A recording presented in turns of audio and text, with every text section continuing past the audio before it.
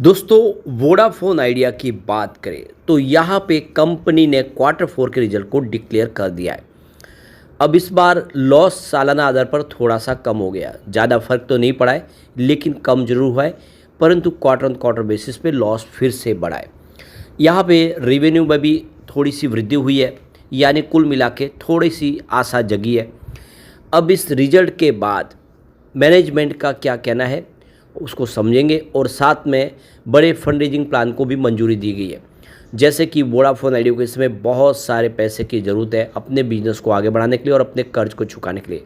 इसी को लेकर यहाँ पे फैसला किया गया है। सबसे बड़ी बात है, वोडाफोन आइडिया को अपने कस्टमर को फिर से अपनी तरफ लाना है।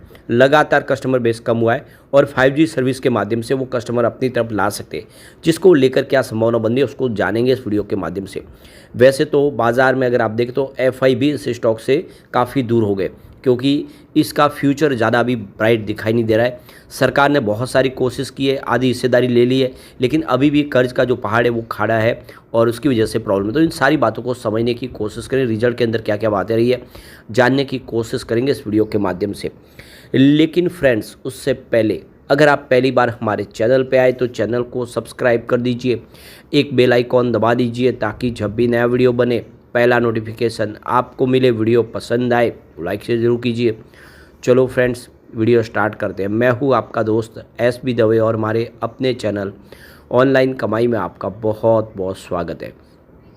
सबसे पहले वोडाफोन आइडिया के कारोबार की बात कर ले तो आज 6.91 पर क्लोजिंग देखने को मिली फ्राइडे के दिन, 3.22% की गिरावट के साथ।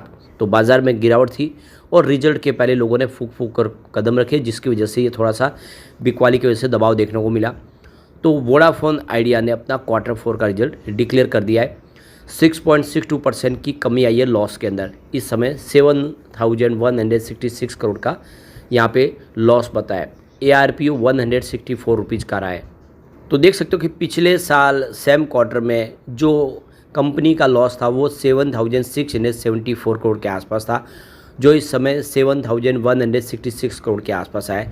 यानी साल दर साल के आधार पर लॉस में कमी आई है। परंतु क्वार्टर ऑन क्वार्टर बेसिस पे यहाँ पे लॉस देख सकते हो कि आपको 8.42% बढ़ता हुआ दिखाई देगा, क्योंकि पिछले क्वार्टर में 6,609 करोड़ के आसपास लॉस था। तो ये एक चिंताजनक बात है कि लॉस फिर बढ़ा है पिछले क्वार्टर के मुकाबले। यहाँ पे टेलीकम्युनिकेशन फाइनेंस कॉस्ट जो है वो 6,471 करोड़ के आसपास है, जिसमें 3% की वृद्धि हुई है। पिछले साल सेम क्वार्टर में यह 6,280 करोड़ के आसपास था। यहाँ पे बोर्ड ने एक बड़ा फैसला और किया है। VI के बोर्ड ने यहाँ पे 20,000 करोड़ के IPO को मंजूरी दे दी है। यानी देख सकते हो कि फिर से IPO लाया जाएगा, पब्लिक ऑफ़र लाया जाएगा। ये फॉरन पब्लिक ऑफ़र के माध्यम से, यानी प्राइवेट प्लेसमेंट के माध्यम से, या फिर देख सकते हो QIP के माध्यम से कोई भी रास्ता तलाशा जा सकता है फंड रेज के लिए। 20,000 करोड़ रुपए की बड़ी रकम रेज करनी तो या तो QIP या IPO ही लाया जा सकता है, जिसके माध्यम से फंड रेज किया जा सकता है। अब यहाँ पे एवरेज रेवेन्यू पर यूजर यानी ARPU देखें तो इस क्वार्टर में 164 रुपीज़ का रहा है, जो देख सकते हो कि हल्का सा बढ़ा है। पिछले साल देख सकते हो कि 163 रुपीज़ के आसपास था, उससे पहले 156 रुपीज़ के आसपास था, उसके पहले 146 रुपीज़ के आसपास था। यानी ARPU बढ़ा है, क्योंकि पिछले दिनों इन्होंने अपनी टैरिफ बढ़ा दी है, जिसकी वजह से कंपनी का ARPU आपको बढ़ता हुआ दिखाई देगा। तो कंपनी की तरफ से भी बयान दिया गया है कि उन्होंने जो टैरिफ हाइक किया उसका फ़ायदा देखने को मिला, जिसकी वजह से उनका ARPU बढ़ा है। साथ में कंपनी के VI के जो 4G सब्सक्राइबर है उनमें भी वृद्धि हुई है। पिछले आप देखें तो 11 मंथ क्वार्टर से अगर आप देखें तो उसमें कुछ कमी की जगह पे वृद्धि देखने को मिली है।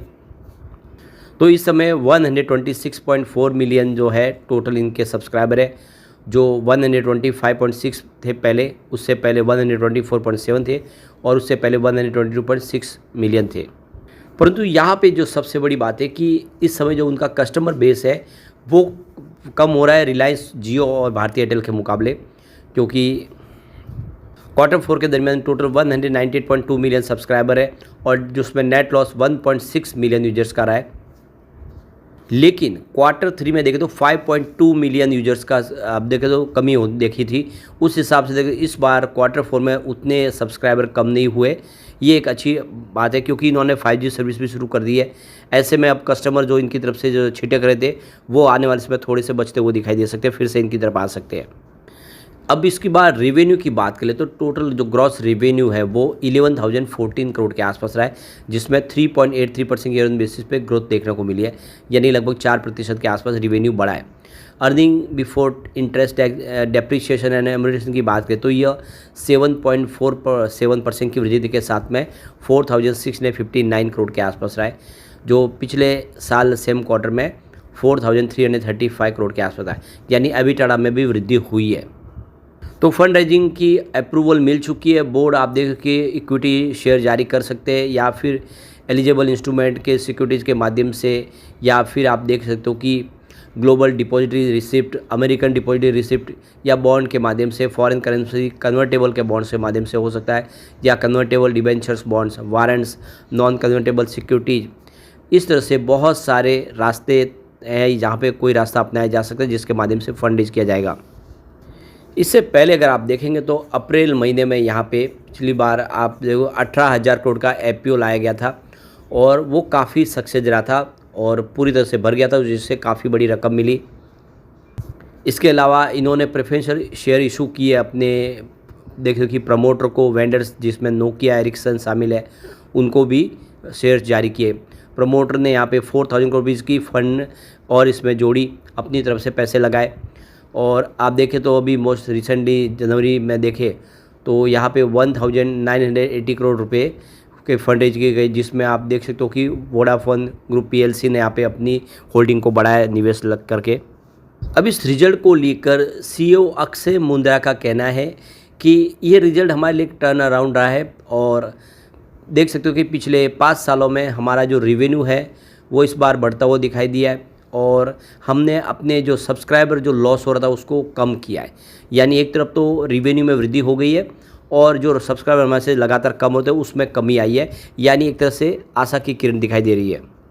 हमने 5G सर्विस भी रोल आउट कर दी है। हमने वहाँ पे आप देखो कि मुंबई, दिल्ली, चंडीगढ़, पटना में अपनी 5G सर्विस शुरू कर दी है और धीरे धीरे हम इसको और तेज़ी से बढ़ा रहे। 17 सर्कल के अंदर हम अपनी 5G सर्विस को शुरू करने जा रहे हैं। ये तो आप देख सकते अगस्त 2025 तक हमारी सर्विस 17 सर्कल में शुरू हो जाएगी। इसके अलावा हमने सरकार की तरफ से जो बड़ा फैसला लिया गया जिसमें 369.5 बिलियन रुपीज़ का जो स्पेक्ट्रम ड्यूज था उसको इक्विटी में बदल दिया गया, जिससे हमें काफ़ी राहत मिली। इसके अलावा हम इस समय आप देख रहे हैं कि लैंडर के साथ में बातचीत कर रहे हैं, जिससे हम 500 से लेकर 550 बिलियन रुपीज़ का फंड रेज करने की कोशिश कर रहे हैं।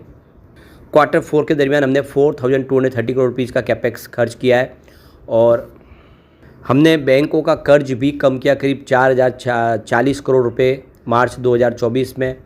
और आप देखो कि मार्च 2025 में हमने 2,330 करोड़ का खर्च और बैंकों का कर्ज चुकाया। तो इस समय हमारा जो कैश और बैंक जो इस समय बैलेंस है वो आप देखें तो 9,930 करोड़ के आसपास 31 मार्च 2025 के हिसाब से। तो कंपनी के कहना है कि हमने सेहत में सुधार हुआ है और आने वाले समय हम इससे बेहतर कर पाएंगे।